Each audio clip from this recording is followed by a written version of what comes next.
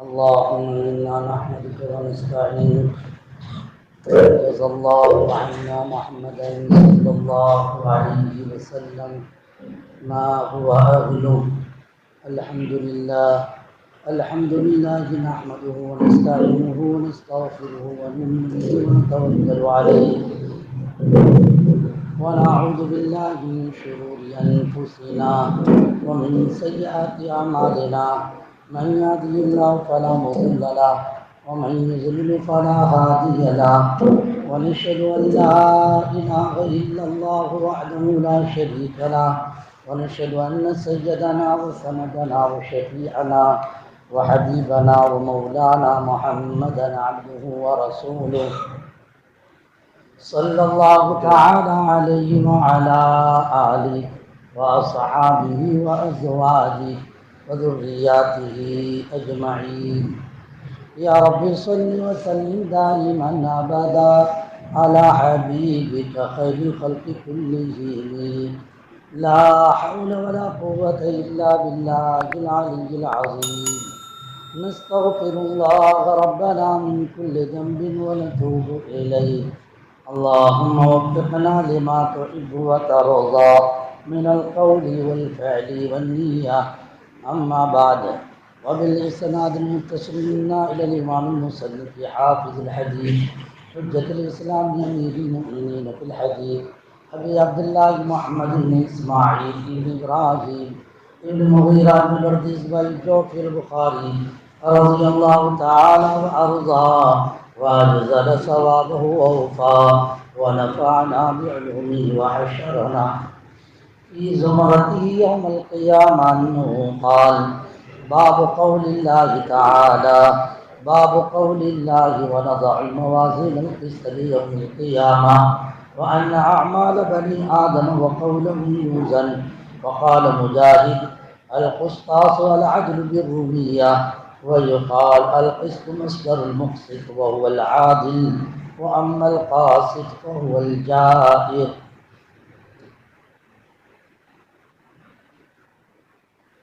اللہ کا فضل و کرم ہے کہ اس مالک نے مجھے اور آپ کو ایک روحانی نعمت جسے حدیث پاک کہتے ہیں اس کا ایک بہت ہی عظیم شان خزانہ جسے الجامع المسند الصحیح المختصر من امور رسول اللہ صلی اللہ علیہ وسلم وسننہ وایامہ المشہور بکتاب البخاری، اسے پڑھنے کی اللہ نے مجھے اور آپ کو سعادت عطا فرمائی۔ اس قسمت پر جتنا ناز کریں اتنا کم ہے، اور اللہ تعالیٰ کی اس نعمت کو اپنے لحاظ سے بیان کرنا چاہیے۔ قرآن کہتا ہے وَأَمَّا بِنِعْمَةِ رَبِّكَ فَحَدِّثْ، رب کی نعمتوں کو لوگوں کے سامنے بیان کرنا چاہیے کہ اللہ نے ہم کو یہ دولت عطا فرمائی، لیکن یہ پیش کرنا تشکرانہ ہونا چاہیے، یہ پیش کرنا بدیانہ یعنی اطرانہ یا کہہ لیجیے کہ فخر و مباحات کے طور پر نہ ہو، بلکہ اس وجہ سے ہو کہ اللہ رب العزت کا اس کے ذریعے سے شکر ادا ہو۔ شکر الہی بہت بڑی نعمت ہے، جب انسان شکر ادا کرتا ہے تو وَلَا تَجِدُ أَكْثَرَهُمْ شَاكِرِينَ، اس جو ہے شیطانی دعوت سے اللہ اس کی حفاظت فرماتے ہیں۔ شیطان نے جو دعویٰ کیا تھا وہ یہی دعویٰ کیا تھا، چاروں جانب سے حملہ کروں گا اور ایسا حملہ کروں گا، نتیجہ یہ ہوگا ایک بھی تیرا بندہ تیرے اکثر بندوں کو تو دیکھے گا تیری نعمتیں حاصل کر رہے ہیں لیکن ان نعمتوں پر ناقدریں نظر آئیں گی۔ وَلَا تَجِدُ أَكْثَرَهُمْ شَاكِرِينَ، اس لیے شیخ الاسلام حضرت مولانا مفتی تقی عثمانی صاحب دامت برکاتہ العالیہ کا میں نے 2-4 دن تو نہیں لیکن 1 ہفتے پہلے ایک مضمون پڑھا جس میں حضرت تھانوی اللہ مرکزہ کے حوالے سے یہ بات بیان کی کہ حضرت تھانوی رحمۃ اللہ علیہ نے فرمایا جو شکر کرتا ہے وہ شیطانی حملے سے محفوظ ہوتا ہے، اس لیے کہ اس نے یہ کہا چاروں طرف سے حملہ کروں گا، اس کا نتیجہ کیا ہوگا کہ بندہ ناقدرہ ہو جائے گا۔ اس کا مطلب یہ ہے کہ اگر ہم نے شکر ادا کیا اور اللہ کے قدردان بنے تو شیطان کے چاروں حملے سے لا جو اس نے کہا لآتینہم من بین ایدیہم ومن خلفہم وعن ایمانہم وعن شمائلہم ولا تجد اکثرہم شاکرین۔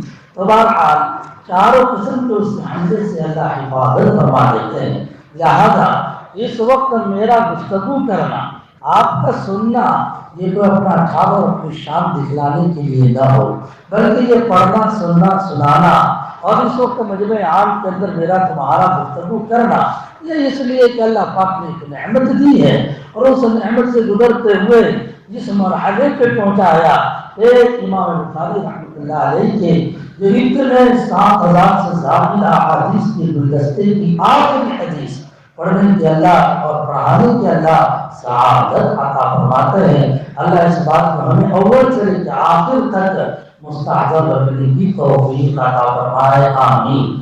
میرے عزیز طلبہ، میں آپ لوگوں سے یہ بات ضرور کہوں گا، نعمت حدیث پہ تو میں اس سے پہلے بھی کئی مرتبہ تقریر کر چکا ہوں، اور اس وقت تقریر کرنے کا اس موضوع پر تقریر کا ارادہ نہیں ہے۔ ایک شعر فقط آپ لوگوں کے سامنے پیش کر دیتا ہوں تاکہ میرا تمہارا سینہ بھی تو چوڑا ہو، اس بات کو سمجھ کے کہ اللہ نے کتنی عظیم دولت عطا فرمائی۔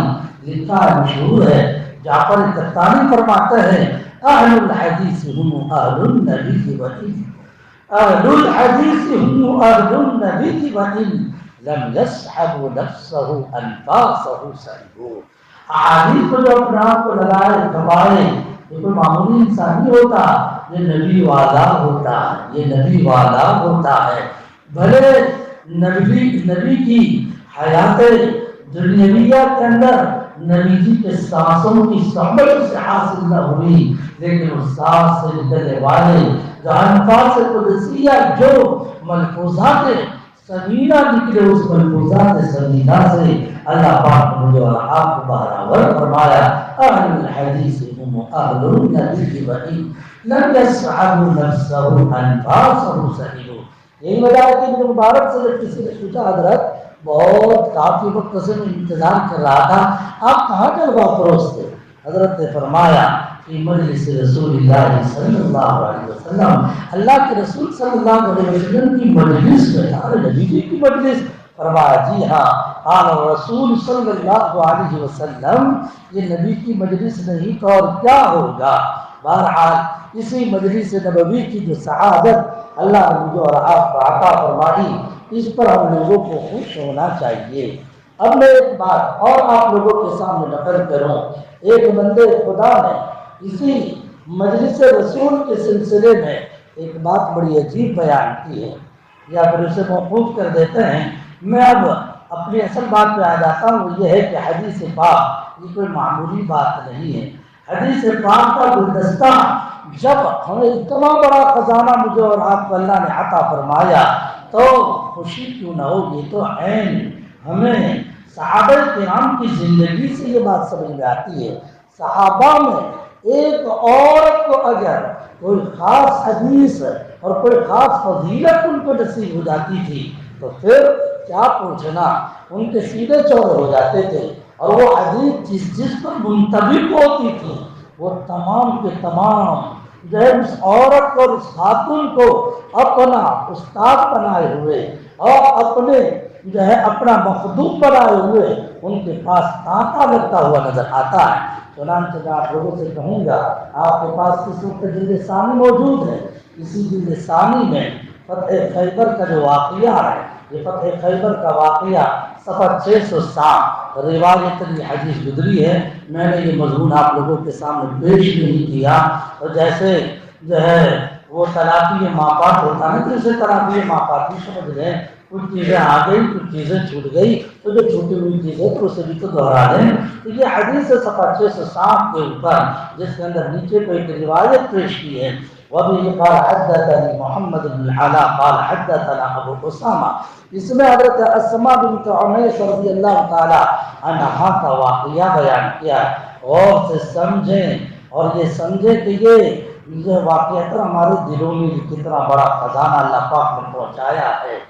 وہ جملہ یاد ہونا چاہیے، فتح مکہ کے موقع پر اللہ کے نبی علیہ الصلوۃ والتسلیم نے تاریخ قلب کے طور پر کچھ صحابہ کو بہت زیادہ مادیات دینا شروع کیا. کچھ انصار کو اشکال ہوا. میرے آقا نے فرمایا کیا تم اس بات پہ راضی نہیں کہ سب تم مان لے کے جاوے وانتم ترجعون وانتم تذهبون برسول اللہ صلی اللہ علیہ وسلم. تو اللہ کے رسول کا خزانہ اور اللہ کے رسول صلی اللہ علیہ وسلم کو لے کر اپنے گھروں میں جاؤ. آج دنیا کی کتنی جو ہے عصری کالجات اور عصری جو ہے کلیات ہے، ان کلیات کے اندر آپ دیکھیے کہ ان کلیات سے نکلنے والے کو کس کس طرح سے مادیات سے نوازا جاتا ہے. خیر لیکن ہمیں اس کے تقابل میں یہ سمجھنا چاہیے اس طرح کی حدیث کے ذریعے سے اللہ پاک نے کیا دیا اور ہم لوگ کیا لے کر اپنے ماں باپ کے پاس پہنچیں گے. چنانچہ یہ واقعہ نقل کیا ہے. واقعے کو بالکل اختصار کے ساتھ پیش کر رہا ہوں. حضرت ابو موسیٰ اشعری رضی اللہ تعالیٰ عنہ یہ فرماتے ہیں سن ہجری 7 میں جب غزوہ خیبر ہوا، اللہ کے نبی علیہ الصلوۃ والتسلیم فتح خیبر سے فارغ ہو چکے ہیں. ادھر ہمارا حال یہ ہوا، یعنی ابو موسیٰ اشعری جو یمن کے رہنے والے ہیں، ابو موسیٰ اشعری یہ فرماتے ہیں کہ میں تقریباً اپنے جو ہے یمن کے اپنے فیملی کے 50 سے زائد افراد کو لے کر نکلا. 53 و 52 رجلا. میں 50 یا 55 افراد کو 52 یا 53 افراد کو لے کر نکلا مدینہ منورہ اللہ کے نبی علیہ الصلوۃ والتسلیم کی خدمت میں حاضر ہونے کے لیے. چونکہ کشتی میں بیٹھے ہوئے تھے اور رخ تھا ہمارا مدینہ پاک کی جانب، مگر اتفاق کی بات کہ بعد مخالف نے ہم لوگوں کو مدینہ پاک کے بجائے پہنچا دیا جو ملک حبشہ میں پہنچایا. ہم وہاں حبشے میں پہنچے اور وہاں حبشے میں پہنچے تو ہم نے وہاں پہ معلوم کیا تو پتہ چلا کہ جی ہاں مسلمانوں کی ایک جماعت وہاں پر اور جھوٹ کر کے حضرت جعفر رضی اللہ تعالیٰ عنہ سے ملاقات ہوئی. حضرت جعفر نے ہماری تشریح کی اور یہ فرمایا ارے یہیں پہ رہو. بہرحال ہم وہیں پہ رہے اور پھر بات کی تفصیلات یہ ہے کہ جتنا مقدر تھا ہم لوگ وہاں پر رہے اور پھر اس کے بعد ہم لوگ وہاں سے روانہ ہوئے. جعفر وغیرہ سب ابو موسیٰ اشعری کا یہ بیان ہے. ہم لوگ وہاں سے روانہ ہوئے، مدینہ پاک میں پہنچے. مدینہ پاک میں کس وقت پہنچتے ہیں؟ اس وقت پہنچے جب کہ اللہ کے نبی علیہ الصلوۃ والتسلیم خیبر کی فتح سے فارغ ہو کر ایک خوشی کا ماحول تھا. اسی میں آپ علیہ السلام کسی جگہ پر جلوہ افروز تھے. جعفر کو دیکھا کہ جعفر آئے ہیں تو جعفر ان کے قافلے کا آقا نے استقبال کیا. روایتوں میں یہ بات ملتی کہ مجھے آج سمجھ میں نہیں آتا میں کس بات پر خوش ہوں کہ چچیرے بھائی کا اتنے دنوں کے بعد جو ہے ملاقات ہو رہی، مسافہ ہو رہا ہے اس پر، یا یہ کہ جو ہے فتح خیبر کے اوپر. بہرحال اسی وجہ سے روایتوں میں لکھا ہے کہ قرآن کچھ اشارات تھے جس اشارات کی بنیاد پر نبی بھی مکلف تھے کہ یہ خیبر کے غنائم جو شرکائے خیبر ہے، ان شرکائے خیبر کے سوا کسی اور میں تقسیم نہ ہو. اس لیے کہ سورۃ الفتح میں اللہ پاک نے فرمایا وعدکم اللہ مغانم کثیرۃ تاخذونها وعجل لکم. مغانم بھی بیان کیا جا رہا، مخصوص کیا جا رہا کم ضمیر کے ذریعے سے، جس کم ضمیر کے مخاطب اصحاب حدیبیہ ہے. اور یہ فرمایا تھا خیبر کے موقع پر ان کے سوا کوئی بھی آئے گا. مختص تھا یہ مال غنیمت خیبر کا ان کے حق میں، یہ اہل خیبر کے حق میں. لیکن اس کے باوجود اللہ کے نبی علیہ الصلوۃ والتسلیم نے گنجائش کی خمس وغیرہ میں سے، اس لیے آپ صلی اللہ علیہ وسلم نے جعفر وغیرہ میں اس کو تقسیم کیا. یہ ایک تفصیل ہے. اس کے بعد کیا ہوا؟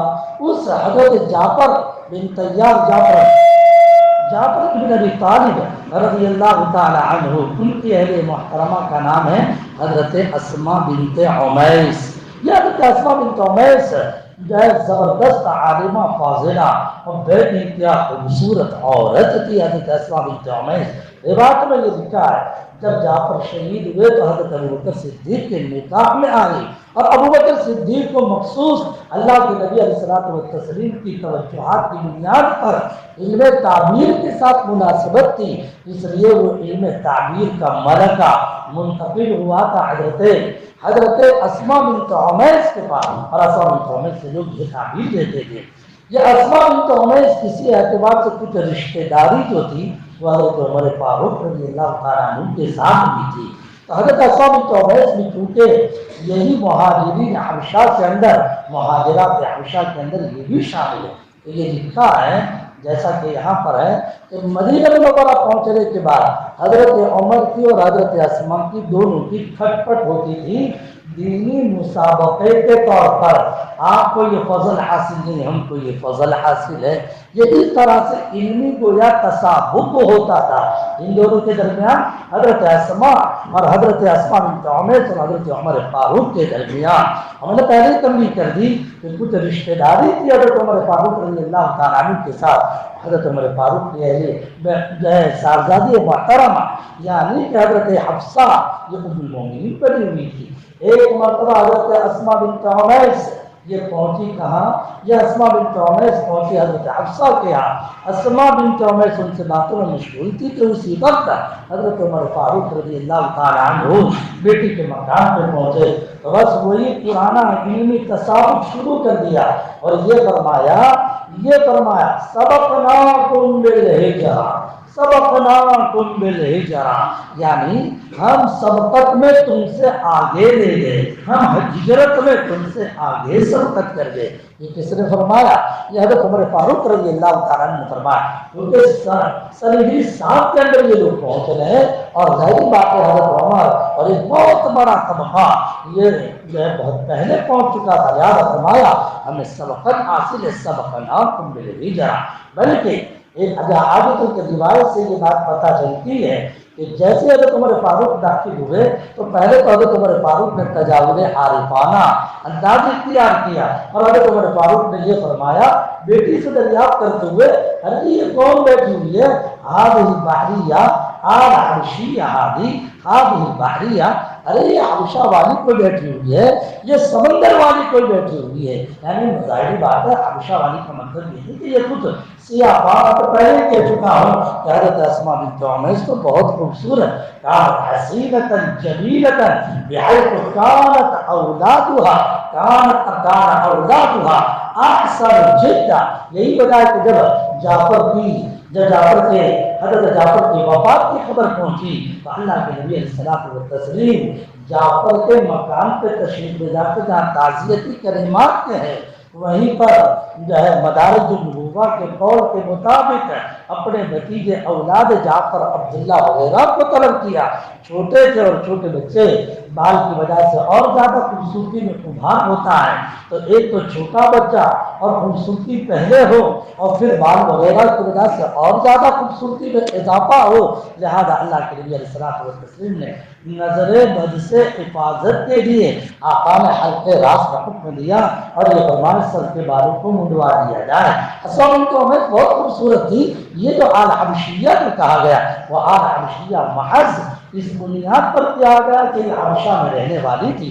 فرمایا آل حبشیہ تو ہادی، آل بحریہ تو ہادی۔ حضرت اسما کہنے لگی آپ تو بہت دنوں سے حضرت عمر فاروق اس طرح سے ستا رہے تھے، تو حضرت اسما رضی اللہ تعالیٰ عنہ سے برداشت نہیں ہوا۔ حضرت اسما نے یہ کہہ دیا نام آجی میں وہی بحری ہوں اور وہی حبشہ کی رہنے والی ہوں، بتاؤ کیا بات ہے؟ فرمایا سبقناکم بالہجرہ، ارے ہم ہجرت میں تم سے سبقت کر چکے ہیں، اور ظاہری بات ہے ہجرت میں آپ سے سبقت کر گئے، لہذا اللہ کے نبی علیہ الصلوۃ والتسلیم کی توجہ ہمارے ساتھ زیادہ ہے۔ فَنَحْنُ أَحَقُّ بِرَسُولِ اللَّهِ صلی اللہ علیہ وسلم۔ یہی بات سمجھ میں آئی کہ جب دینی مجالس کے اندر سبقت ہوا کرتی ہے تو اس پر عنایات کچھ اور ہی ہوا کرتی ہے۔ الفضل للمتقدم، الفضل للمتقدم۔ دینی مجالس کے اندر آدمی کو سبقت سے کام لینا چاہیے۔ فرمایا سبقناکم بالہجرہ فنحن أحق برسول اللہ صلی اللہ علیہ وسلم۔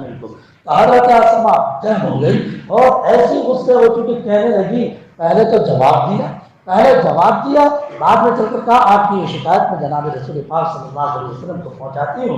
کہنے لگی واللہ جو ہے بھلے دیکھنے کے اعتبار سے آپ نے ظاہری اعتبار سے سبقت کی، لیکن جو حالات ہم نے کشیدہ برداشت کیے ان کشیدہ حالات سے گزرنے کی نوبت آپ کو کہاں آئی؟ چنانچہ یہ فرمایا ہم کہاں پر تھے ہم کہاں پر تھے؟ ہم تو وہاں پر تھے یعنی حبشے کے اندر، اور آپ تو اللہ کے نبی علیہ السلام کی گود میں بیٹھے ہوئے تھے۔ اللہ کے نبی علیہ السلام تمہارے بھوکوں کو کھلاتے، یطعم جائعکم، تمہارے ناواقفوں کو اللہ کے نبی علم دیتے تھے، وَيَعِظُ جَاهِلَكُمْ وَكُنَّ فِي دَارٍ الْبُعْدَاءِ وَالْبَغْضَاءِ بِالْحَبَشَةِ، ہم تو بہت دور تھے اور دشمنوں کے علاقے میں تھے، اور یہ سب کچھ جو ہم نے کیا ہے وَذَلِكَ فِي اللَّهِ وَفِي رَسُولِهِ، یہ اللہ سے رسول کے خاطر، تو یہ تو ہم نے قربانیاں پیش کی ہیں۔ بھلے آپ نے جسمانی نبی جی کے ساتھ کی ملابست اختیار کرنے میں سبقت دکھلائی، لیکن جو حالات ہم نے برداشت کیے وہ حالات آپ نے کہاں برداشت کیے؟ اور پھر اتنا ہی بلکہ یہ کہہ دیا وَأَيْمِ اللَّهِ، قسم خدا کی لا اطعم طعاما ولا اشرب شرابا، میں کھانا بھی نہیں کھاؤں گی اور پانی بھی نہ پیوں گی حتی اذکر ما قلت لرسول اللہ صلی اللہ علیہ وسلم۔ آپ نے یہ جو بات بیان کی ہے نا، میں اللہ کے نبی کو جا کے یہ شکایت کرتی ہوں کہ جب دیکھو تب عمر مجھے جو ہے نا اس طرح سے ستاتے ہیں اور یہ کہتے ہیں کہ سبقناکم بالہجرہ، کہ ہجرت میں ہم جو ہے آپ سے سبقت کر چکے ہیں۔ تو لکھا ہے وَكُنَّا نَحْنُ كُنَّا نُوذَى وَنُقَعُ، ہمیں تو وہاں پہ اتنا جو ہے نا ڈرایا جاتا تھا، اور یہاں پر جو اس طرح سے لوگوں کو پریشان کیا جاتا ہے۔ اور یہ یاد رکھیں جو ہے ذرا برابر بھی میں جھوٹ سے کام نہیں لوں گی، یہ لفظ استعمال کیا صاحب قرآن میں نبی صلی اللہ علیہ وسلم وَوَمَا لَا أَدْرِي وَلَا أَزِيدُ وَلَا أَزِيدُ عَلَيْهِ، میں اس بیان کے اندر ذرا برابر بھی اپنی طرف سے کوئی اضافہ نہیں کروں گی۔ یہیں پہ رک کر ہم لوگوں کو سمجھنا چاہیے، یہیں پر رک کر ہم لوگوں کو سمجھنا چاہیے کہ جناب رسول پاک صلی اللہ علیہ وسلم نے مدینہ منورہ کا ماحول کیسا بنایا تھا۔ چاہے تو کتنا ہی بڑا کیوں نہ ہو، لیکن اس بڑا بھی اگر فالٹ میں آ جاتا تو اللہ کے نبی علیہ السلام نے تسلیم پر شکایت پہنچتی تھی۔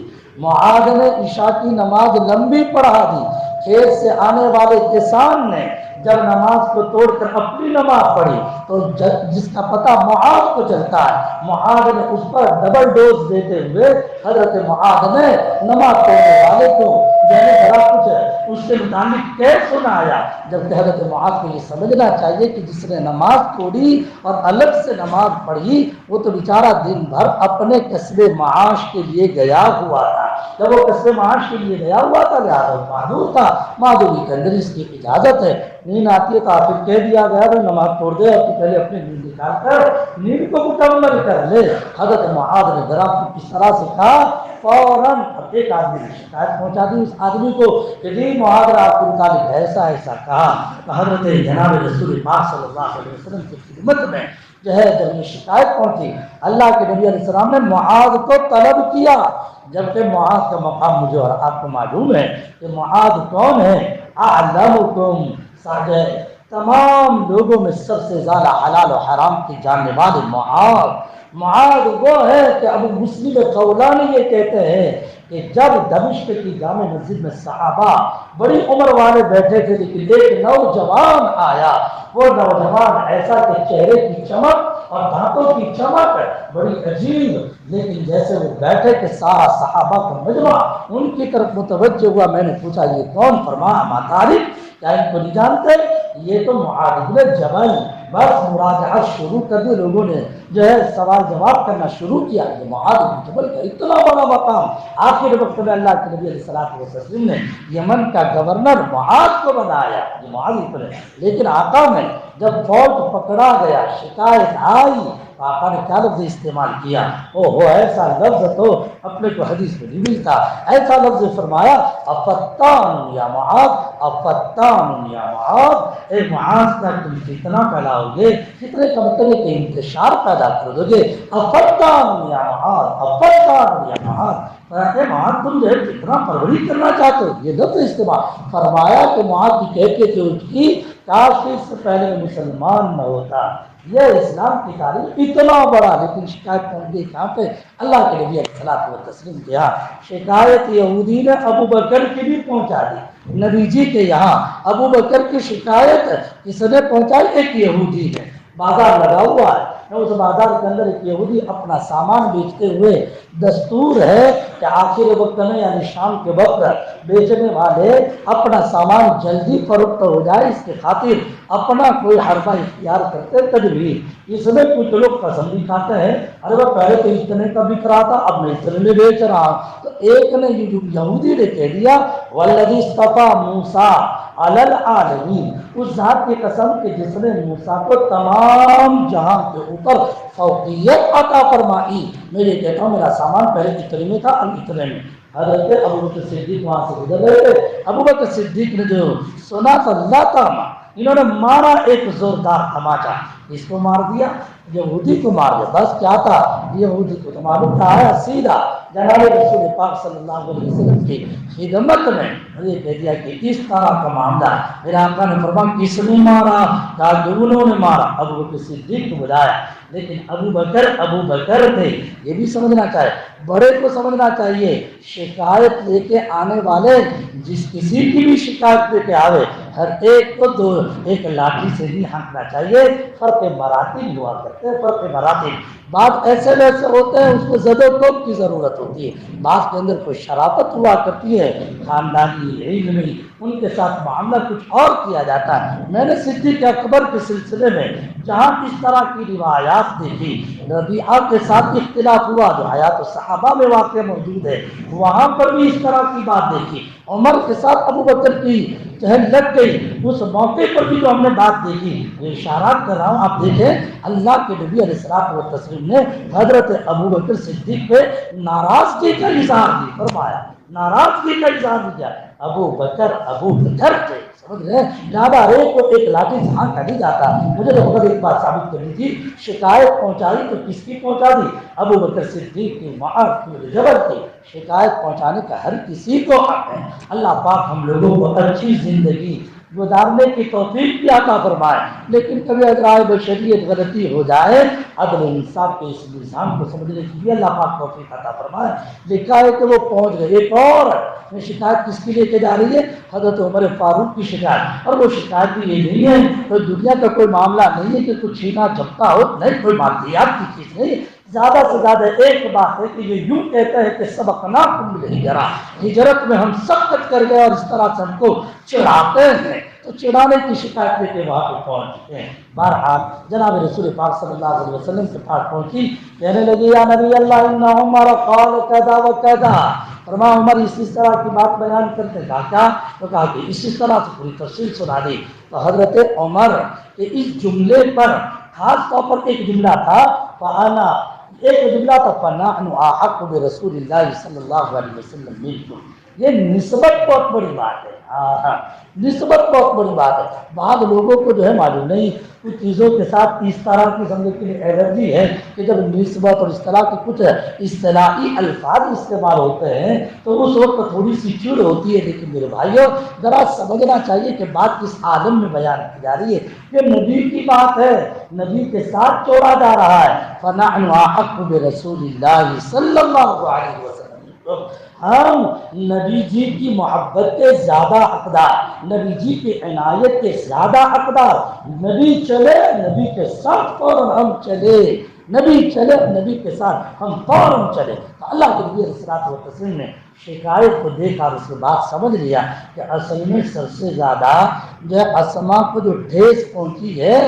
وہ نحن احق برسول اللہ بالکل، اس لیے آپ عبارت دیکھ رہے ہوں گے 608 کے اوپر پہلی سطر، لیس باحق بی منکم، لیس باحق بی منکم، نہیں ایسی کوئی بات نہیں ہے، جتنا ان کے ساتھ مجھے تعلق اتنا ہی مجھے بھی آپ کے ساتھ تعلق ہے۔ ایسا نہیں کہ عمر جو ہے تمہارے مقابلے میں مجھ سے کوئی زیادہ تعلق رکھنے والے نہیں، تمہارا ان کا میرے نزدیک ایک ہی مقام ہے، لیس باحق بی منکم۔ پھر اس کے بعد آقا نے حضرت اسما، کیونکہ عورت ذات ہے نا، عورت ذات کو سمجھانا تو بہت مشکل ہوا کرتا، اللہ کے نبی علیہ السلام و تسلیم نے جو ہے ان کو جو سمجھایا تو دوسرے انداز سے سمجھایا، فرمایا وہ یہ کہہ رہے ہیں کہ ہجرت میں سبقت کر گئے، میں تم سے یہ کہتا ہوں لَهُ وَلِأَصْحَابِهِ هِجْرَةٌ وَاحِدَةٌ وَلَكُمْ أَنْتُمْ أَهْلُ السَّفِينَةِ ہجرتان، ان کو تو ایک ہی ہجرت کرنے کو ملی اور آپ کو اللہ پاک نے دو دو ہجرت کا موقع عطا فرمایا۔ آپ ایک تو ہجرت مکہ معظمہ سے حبشہ کی، دوسری ہجرت آپ نے حبشہ سے مدینہ منورہ کی۔ ظاہری بات ہے آپ کو دو دو ہجرت، کہتے ہیں کہ اس کے بعد تو کیا پوچھنا۔ ظاہری بات ہے کہ اس فضیلت میں کون شامل ہو گئے؟ جتنے بھی حبشہ کے مہاجرین تھے سب اس کے اندر شامل ہو چکے ہیں۔ فرمایا اس کے بعد تو تاتا بندھا۔ اس کے بعد بس یہی میں مجھے کہنا تھا کہ جب علم حدیث حاصل ہو، جب فضیلت حاصل ہو، جب برکتیں حاصل ہو، میرا تمہارا دل خوش ہونا چاہیے۔ دیکھیں فرمایا قالت فلقد رأيت أبا موسى وأصحاب السفينة، حضرت ابو موسیٰ اشعری کیونکہ وہ بھی اصحاب سفینہ میں سے، وہ بھی مہاجرین حبشہ میں سے ہیں، تو وہ یوں کہتے ہیں، حضرت اسماء بنت عمیس یہ کہتی ہے میں نے ابو موسیٰ کو دیکھا، کشتی والوں کو دیکھا، باقی جتنے بھی حبشہ کے مہاجرین تھے سب کو دیکھا، یاتونی ارسالا یسألون عن هذا الحدیث، فرمایا کہ یہ حدیث لینے کے لیے میرے پاس آ گئے، یہ حدیث لینے کے لیے میرے پاس آ گئے۔ کیوں جی؟ اس لیے کہ اس میں ہماری فضیلت ہے، اس میں ہماری فضیلت ہے۔ بلکہ آگے چل کر ایک جملہ دیکھیں، ما من الدنیا شیء ہم به اقرب ولا اعظم فی انفسہم، کہتے ہیں کہ ہم تمام کو جو اس سے زیادہ خوشی والی کوئی دوسری چیز گویا کہ میسر نہیں تھی۔ اس لیے گویا کہ دنیا کے تمام جتنے بھی خوشی کے اسباب ہیں ان میں سب سے زیادہ اس چیز نے ہم کو خوشی دلائی تھی کہ مقال النبی صلی اللہ علیہ وسلم۔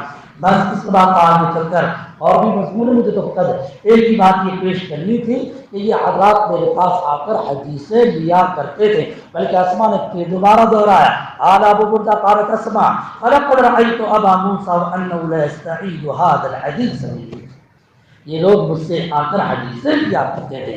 تو اس سے ایک بات سمجھ میں آئی کہ جب اللہ رب العزت نے ہمیں احادیث عطا فرمائی اور حدیث پاک کے ساتھ وابستہ کیا، 6 کتابیں پڑھی، صحیح بخاری پڑھی، صحیح مسلم پڑھی، صحیح سنن ابی داؤد، سنن ترمذی، سنن نسائی، سنن ابن ماجہ، اور پھر اسی طریقے سے اس کے علاوہ باقی جو کتابیں ہماری شرح معانی الاثار، مقطعین، یہ ساری ہم نے کتابیں پڑھی اور سب کا فضلہ کا نکالو تو تقریباً 53,000 سے زائد احادیث ہوتی ہے۔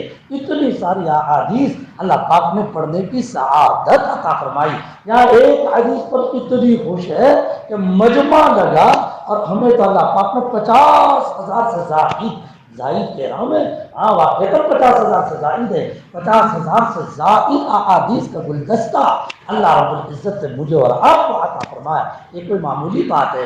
دنیا والا اگر مجھے اور آپ کو 1,000 دے دے، 100 کا نوٹ پکڑوا دے، میں اور آپ خوش ہو جاتے ہیں۔ ہمیں تو خوش ہونا چاہیے اس پر کہ ہمیں تو ایک ایسا خزانہ اللہ پاک نے عطا فرمایا جس خزانے کے سامنے کسی خزانے کی کوئی حیثیت نہیں۔ بلکہ ترجمان السنہ کے اندر جلد اول میں یا جلد اول ہی میں جہاں محدثین کا تذکرہ کیا، وہاں پر ایک بات بڑی عجیب لکھی ہے۔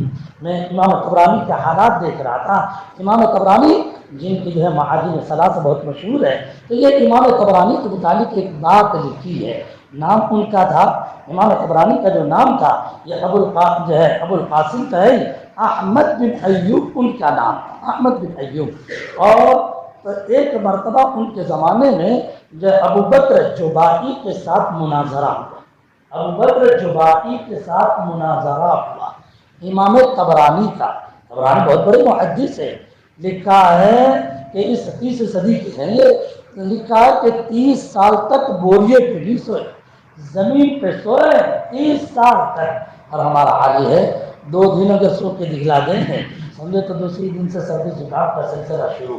لیکن اللہ کی راہ میں محنت کرنے والے ایسا بھی کر کے دکھلا دیتے ہیں۔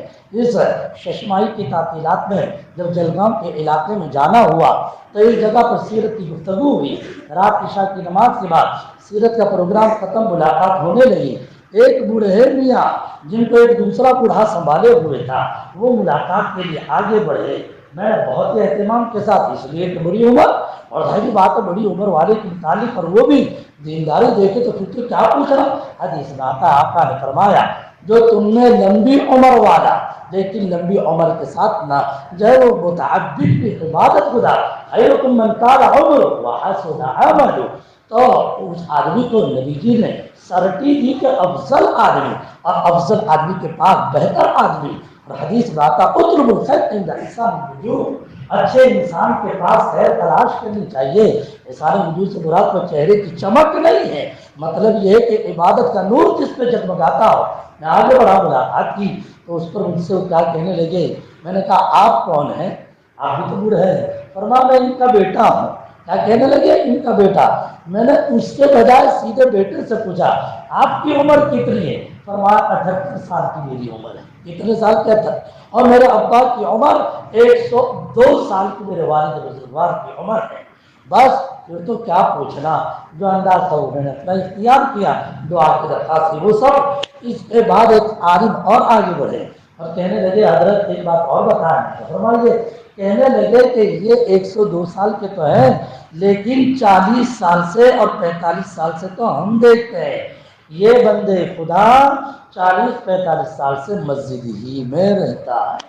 یہ جو سونا تب تو میرے ہاتھ سے واقعہ حاصل کرا 45 سال سے مسجد ہے۔ ان کا گدا کہاں رہتے کہاں؟ ایک معمولی سی دری بتلائی، چٹائی بتائی، فرما اس کے اوپر سوتے ہیں۔ مجھے اور زیادہ تعجب ہوا، 102 سال کا بوڑھا، 102 سال کا بوڑھا کس پہ سو رہا ہے؟ ایک معمولی سی چٹائی کے اوپر۔ اصل بات یہ ہے ہم لوگ تعیش میں آ گئے، راحت کی زندگی، عیش پسندی، اور جس قدر ہم لوگ راحت پسندی اور عیش پسندی میں داخل ہوں گے تو پھر جفا کشی کا سلسلہ ختم ہو جائے۔ محنت والے اور مشقت والے کام ہم اور آپ نہیں کر سکتے۔ اسی لیے کسی بندے خدا نے لکھا، اللہ نے کہا آپ کو اتنا ہی مال کیوں نہ دیا ہو، اتنا ہی مال کیوں نہ دیا ہو، لیکن طبیعت تو محنت والی ہی رکھنی چاہیے، کچھ کام تو خود ہی سے کرنے چاہیے۔ جی بہرحال میں ایک بات بتلانا چاہ رہا تھا کہ جو ہے ابو القاسم طبرانی جنہوں نے تقریباً جو ہے 30 سال بوریے کے اوپر اپنے آپ کو جو ہے بستر پر بٹھایا، تو یہ امام طبرانی اور ابو بکر جبائی دونوں کے درمیان مناظرہ ہوا۔ مناظرہ شروع ہوا تو لکھنے والے یہ اچھا اس وقت مجلس میں جو تھے، میں اس وقت ضبط صحیح طور سے بیان نہیں کر سکتا، ہمارے عزیز صاحب سے جو ہے معذرت کے ساتھ، کہ ابن جو امید لکھا یا امید، بہت بڑا وزیر انسان تھا اس زمانے کا۔ امید یا امید مجھے اس وقت ضبط کا علم نہیں ہے، بعد میں مراجعات کروں گا۔ آتے آتے ہی میں نے دیکھا، اسے میں اس طور پر وہ ضبط نہیں دیکھ سکتا، میں جو کہہ نہیں سکتا، تو وہ امید یا امید جو بھی ہو، وہ وزیر صاحب جو تھے وہ وہاں پر موجود تھے۔ وہ وزیر کو جو ہے اپنے علم کا زعم تھا، میرے پاس بہت علم ہے اور میرے پاس جو ہے دونوں خزانے ہیں، ایک طرف وزارت بھی ہے، دوسری طرف میرے پاس تو علم بھی ہے۔ اور اس کے یہاں پہ روزانہ نہیں لیکن ہفتے کے اندر ایک مرتبہ علمی مجلس لگا کرتی، علمی مجلس کرتی تھی۔ آج یہ دونوں بزرگوں کی مجلس جو ہے وہ اس کی مناظرے کی شروع ہوئی تو بیان کرنے والا یوں نقل کرتا ہے کہ طبرانی اپنے حافظے کے اعتبار سے آگے، اور جو ہے وہ ابو بکر جبائی اپنی فطانت کے اعتبار سے آگے تھے۔ وہ اپنی ذہانت کا ثبوت دے رہے تھے یا اپنے حافظے کا ثبوت دے رہے تھے، اور دونوں میں چلی علمی بحثیں اور علم حدیث کے اوپر باتیں ہوئی، اور بات کرتے کرتے کرتے یہاں تک بات پہنچا دی، بات کرتے ہوئے یہاں تک بات پہنچائی وہ ابو بکر جبائی نے، ان لی حدیثا، میرے پاس ایک ایسی حدیث ہے کہ پوری دنیا میں اس حدیث کی جو سند ہے اس طرح کی سند کسی انسان کے پاس نہیں ہے، کسی انسان کے پاس اس طرح کی ہے جنہیں وہ سند نہیں ہے۔ تو ابو بکر جبائی نے جب یہ دعویٰ کیا، جب ابو بکر جبائی نے یہ دعویٰ کیا تو طبرانی جو ہے تھوڑے سے خاموش ہوئے، فرمایا سنائیے، اصلی سنائیے حدیث لی، تو وہ حدیث سنائیے۔ چنانچہ انہوں نے حدیث سنانی شروع کی۔ جب حدیث سنانی شروع کی تو کہنے لگا قال حدثنا ابو بکر جبائی، قال حدثنا ابو خلیفہ، قال حدثنا احمد بن ایوب، قال حدثنا، کہتے ہوئے آگے بڑھ رہا تھا۔ تو حضرت ابو القاسم طبرانی مسکرانے لگے، مسکرانے کے بعد یہ فرمایا، مجمع تھا اور حکومت وقت کے وزراء وغیرہ سب موجود، اور سب سے بڑا وزیر بھی وہاں پر موجود تھا۔ ابو القاسم طبرانی کا سینہ چوڑا ہو گیا، فرمایا ارے جی جانتے بھی ہو، آپ جس کا حوالہ دے رہے ہیں کہ ابو خلیفہ نے مجھے بیان کیا، اور ابو خلیفہ جو ہے وہ نقل کر رہے ہیں کس سے؟ احمد بن ایوب سے کر رہے ہیں۔ یہ احمد بن ایوب کون ہے؟ تو میں نہیں جانتا احمد بن ایوب کون ہے۔ فرمایا احمد بن ایوب، یہ تمہارے ساتھ جو گفتگو کر رہا ہے وہی احمد بن ایوب ہے۔ یہ سننا تھا کہ پسینے سے شاہور ہوتا، جس سند کے اوپر مجھے ناز تھا اور اس سند کو لے کر میں جو ہے ابو القاسم طبرانی کو میں پچھاڑنا چاہ رہا تھا، تو وہی سند کا دلہا تو کون بنا ہوا ہے؟ نہیں، ابو القاسم طبرانی پڑے ہوئے ہیں۔ تو کہتے ہیں کہ پورے مجمع نے جو اعزاز اکرام سے طبرانی کو نوازا، فرمایا یہ ایک اپنی جگہ کا سمجھے کہ نہیں